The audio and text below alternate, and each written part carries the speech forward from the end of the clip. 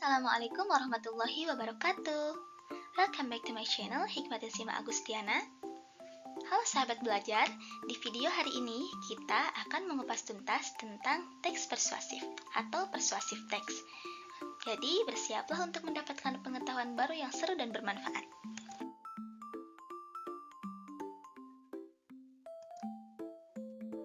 Mohon disimak dengan seksama ya. Oke. Here, I have a question for you. Have you ever tried to convince a friend about something? And what did you say? Terkadang banyak orang mengatakan meyakinkan seseorang itu sangat sulit.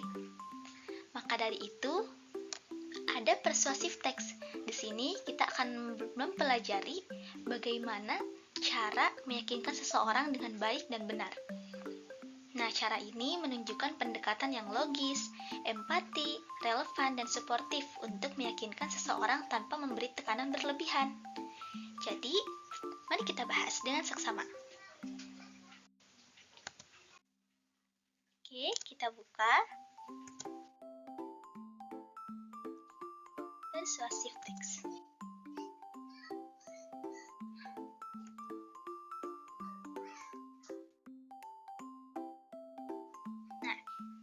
Di sini sudah ada penjelasan dari definisi persuasive text itu sendiri. Alright, the definition of persuasive text. A persuasive text is a type of writing that aims to convince the reader or listener to agree with a particular viewpoint, opinion, or course of action. It is commonly used in contexts like advertisement, opinion piece, debates, and campaign. Jadi, teks persuasif adalah jenis tulisan yang bertujuan untuk meyakinkan pembaca atau pendengar agar setuju dengan pandangan, pendapat, atau tindakan tertentu. Teks ini sering digunakan dalam iklan, artikel, opini, debat, atau kampanye. Contohnya, seperti dalam iklan, teks persuasif digunakan untuk membuat orang ingin membeli produk. Lalu dalam kampanye, misalnya, teks ini digunakan untuk mengajak orang mendukung suatu program atau ide. Dan biasanya, teks persuasif menggunakan argumen yang kuat, bukti dan kata-kata yang menarik agar pembaca merasa yakin. Tujuannya adalah mempengaruhi pikiran atau tindakan orang lain.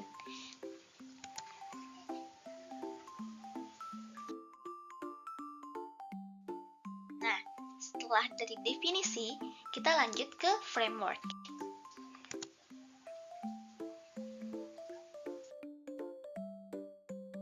Here are the framework of persuasive text. There are introduction, body, and conclusion. For the introduction is include claim. Nah, claim, maksud dari claim di sini adalah bagian awal yang bertujuan untuk menarik perhatian pembaca atau pendengar. Di sini, penulis biasanya memperkenalkan topik dan memberikan gambaran singkat tentang apa yang akan dibahas. Lalu selanjutnya body atau isinya, itu mencakup reason, explain it, dan evidence, yaitu bagian utama dari teks. Di sini, penulis menyampaikan argumen, fakta, dan bukti untuk mendukung pandangan atau pendapatnya. Penulis juga mencoba meyakinkan pembaca dengan alasan-alasan yang logis dan kuat. Lalu selanjutnya ada conclusion. Restate your claim, summarize your reasons, and ask audience to act, yaitu bagian akhir yang merangkum kembali poin-poin utama dan menegaskan kembali pendapat atau ajakan dari penulis. Kadang juga ada ajakan langsung untuk bertindak atau mendukung ide yang disampaikan. Nah, ketiga struktur ini membantu tulisan persuasif menjadi lebih jelas, teratur, dan lebih meyakinkan. Oke, selanjutnya kita menuju ke function.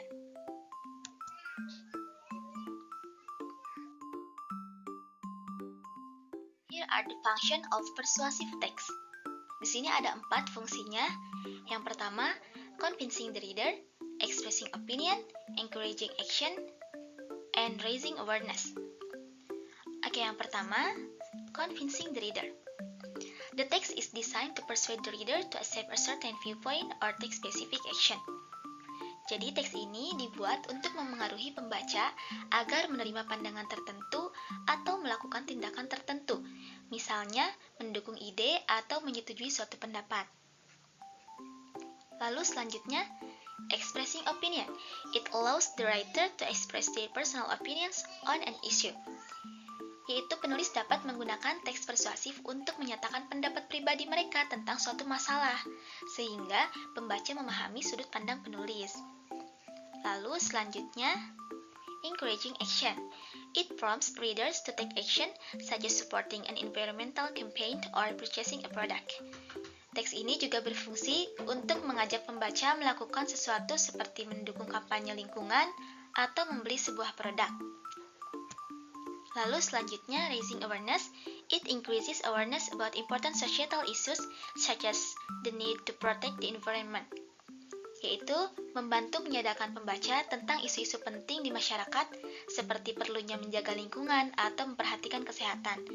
Fungsi-fungsi ini membuat teks persuasif menjadi alat yang efektif untuk mempengaruhi pikiran atau tindakan pembaca.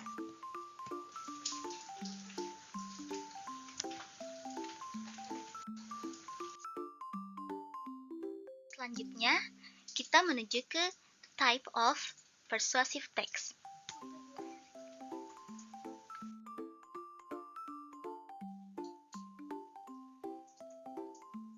There are 5 types of persuasive text. Yang pertama, advertisement. Lalu selanjutnya opinion piece. Lalu selanjutnya ada debates, ada petition, dan social campaign. Advertisement is text used to promote product or service aiming to attract attention and persuade consumer to buy. Nah, teks ini digunakan untuk mempromosikan produk atau layanan yang bertujuan untuk menarik perhatian orang dan meyakinkan mereka untuk membeli. Lalu, opinion piece, text that convey the writer's personal views on an issue, often found in newspaper columns or blogs. Nah, teks ini mencerminkan pandangan pribadi penulis tentang suatu isu. Biasanya ditemukan di kolom surat kabar atau blog, di mana penulis berbagi pendapatnya. For the next, debates. Text used in formal discussions where the writer seeks to convince the audience of a specific position. Nah, teks ini digunakan dalam diskusi formal. Biasanya penulis berusaha meyakinkan audiens untuk mendukung pandangan tertentu dan seringkali dengan memberikan argumen dan bukti-bukti yang nyata. For the next, petitions. Text that invite people to support a particular change or action, usually ending with a call for signatures. Nah, teks ini mengajak orang untuk mendukung perubahan atau tindakan tertentu. Biasanya diakhiri dengan ajakan untuk menandatangani menunjukkan dukungan terhadap tujuan tersebut. For the next, social campaigns. Text used to raise awareness and promote community action on social or environmental issues. Nah, teks ini bertujuan untuk meningkatkan kesadaran masyarakat dan mendorong tindakan terkait isu sosial atau lingkungan. Ini bisa mencakup informasi, ajakan untuk berpartisipasi, dan cara-cara untuk membuat perubahan. Nah, selanjutnya, ke language features.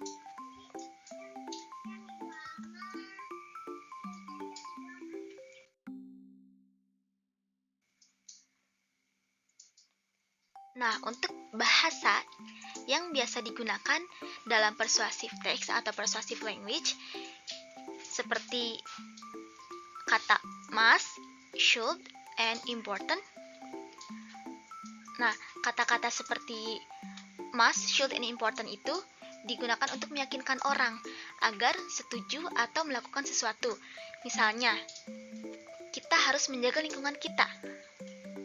Nah, jadi kata harus atau kata must itu termasuk kata ajakan untuk meyakinkan seseorang tersebut.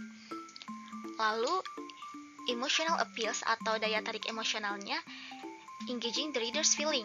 Nah, teks yang menggunakan bahasa emosional berusaha menyentuh perasaan pembaca. Ini bisa membuat pembaca merasa sedih, bahagia, atau tergerak untuk bertindak. Contohnya, cerita tentang hewan terlantar yang bisa membuat orang merasa ingin membantu. And for the next, logical arguments, using facts and statistics. Nah, untuk argumen logis ini melibatkan penggunaan fakta dan statistik untuk mendukung pendapat. Misalnya, Menurut penelitian, 70% orang setuju bahwa pendidikan penting untuk masa depan. Misalnya seperti itu. Nah, ini membantu memberikan alasan yang kuat dan masuk akal. Jadi pendengar ataupun pembaca merasa bahwa itu nyata dan mereka merasa teryakini oleh kata-kata tersebut. Nah, dengan menggunakan ketiga fitur ini, penulis dapat lebih efektif dalam meyakinkan pembaca. Nah, selanjutnya kita lihat example dari teks persuasif itu sendiri.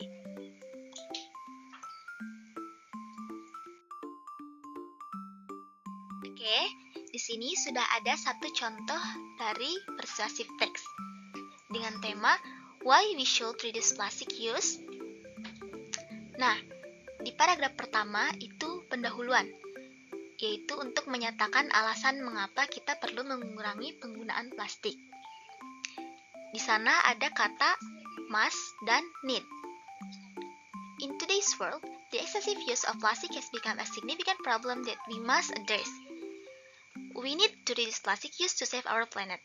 Itu sebagai pendahuluan. Lalu, selanjutnya, di paragraf kedua ada argumen pertama, di mana itu menyampaikan argumen utama yang mendukung pendapat. Every year, millions of marine animals are affected by plastic waste. Studies show that plastic injures and kills marine animals. Turtles mistake plastic bags for jellyfish, while birds engage plastic debris, leading to fatal consequences. If we continue to allow plastic pollution to escalate, we risk losing countless species that are vital to our ecosystem. Nah, di kata terakhir itu adalah argumen pertama. Lalu selanjutnya ada argumen tambahan untuk menambahkan lebih banyak alasan yang mendukung argumen awal. Seperti di sana ada contoh untuk mengurangi sampah karena banyak plastik tidak dapat terurai dan tetap ada di lingkungan.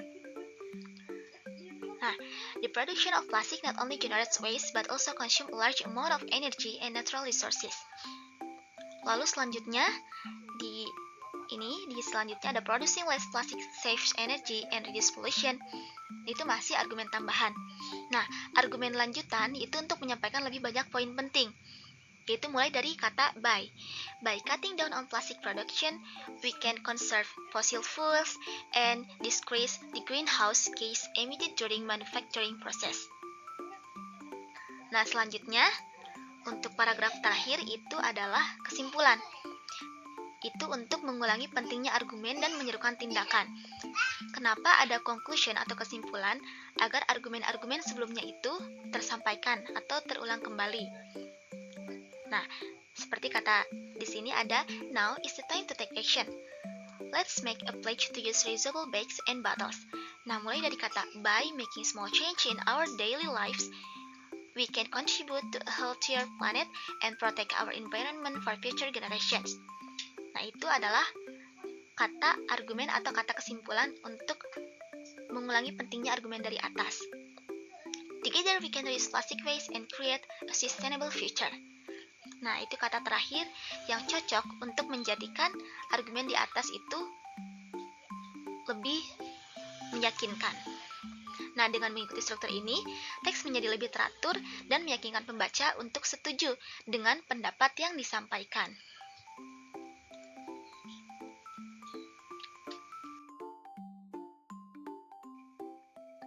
Oke, semuanya sudah dijelaskan.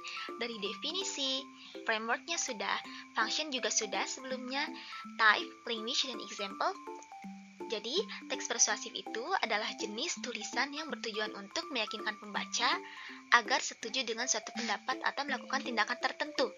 Nah, struktur umum dari teks persuasif itu meliputi pendahuluan yang tadi sudah dijelaskan, yaitu yang menyatakan isu, diikuti dengan argumen yang mendukung, tambahan argumen, dan diakhiri dengan kesimpulan yang mengulangi pentingnya pesan dan menyerukan tindakan. Fitur bahasa seperti kata-kata persuasif, daya tarik emosional, dan argumen logis berperan penting dalam meningkatkan efektivitas teks tersebut. Dengan menggunakan susunan dan elemen ini, penulis dapat menyampaikan pesan dengan lebih meyakinkan dan menginspirasi pembaca untuk bertindak. Oke, mungkin cukup sekian penjelasan tentang persuasif teks kali ini. Semoga dapat dipahami dengan baik. Alright, thank you very much. I hope you enjoy my explanation. Wassalamualaikum warahmatullahi wabarakatuh.